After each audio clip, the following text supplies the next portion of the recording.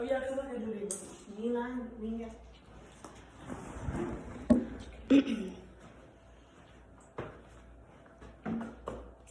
It was May 20th, 1961.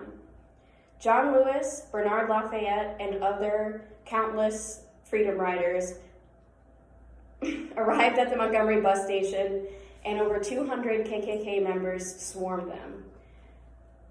They were armed with lead pipes, baseball bats, and over 20 freedom riders were injured.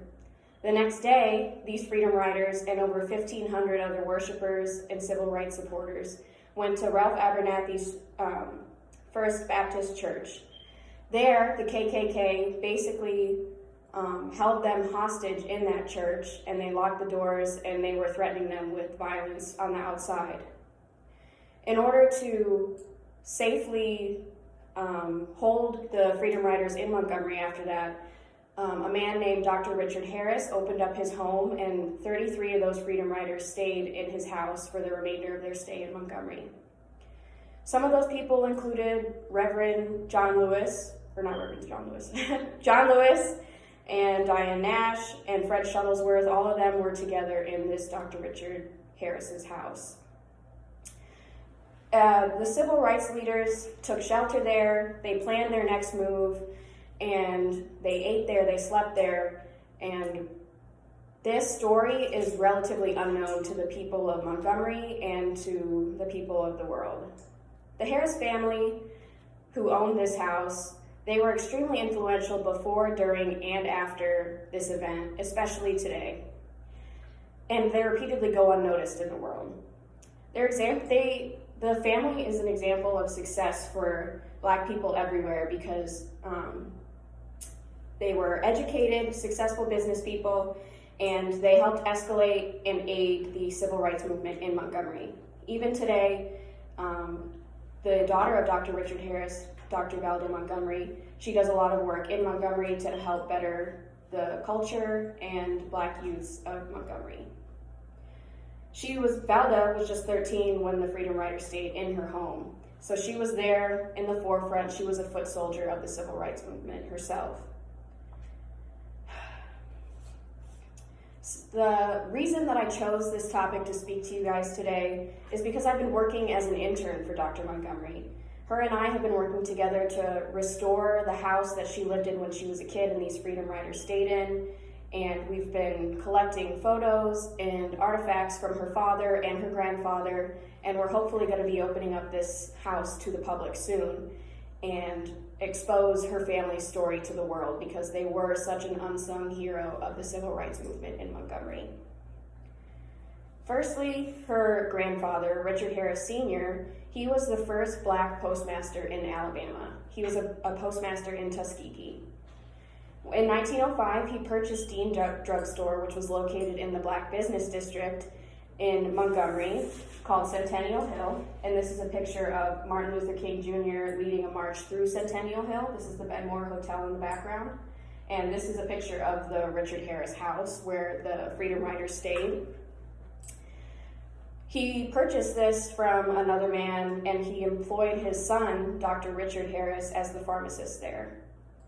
His son, Dr. Richard Harris Jr., he was a Tuskegee Airman before he was a pharmacist, and after his time in the service, he went back to school and he got his pharmaceutical degree because he saw that his father and his mother were struggling to pay their hired pharmacist. So it was a very important Black-owned drugstore, and it also served hot plate lunches and dinners. And during the Montgomery bus boycott, it served as a pickup center for the makeshift taxiing service that was created in replacement of the buses.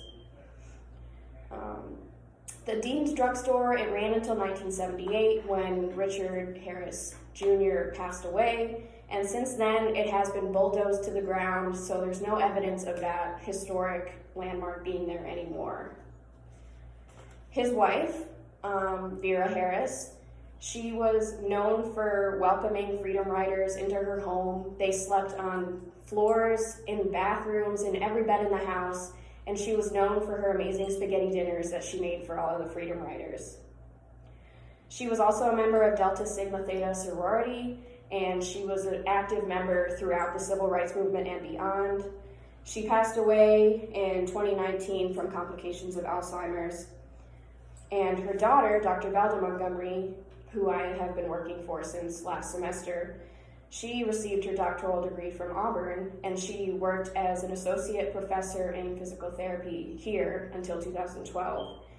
And now she's the president of the Patrons of the National Center for the Study of Civil Rights and African American Culture here at ASU, and she's also president of the Friends of the Freedom Riders Museum.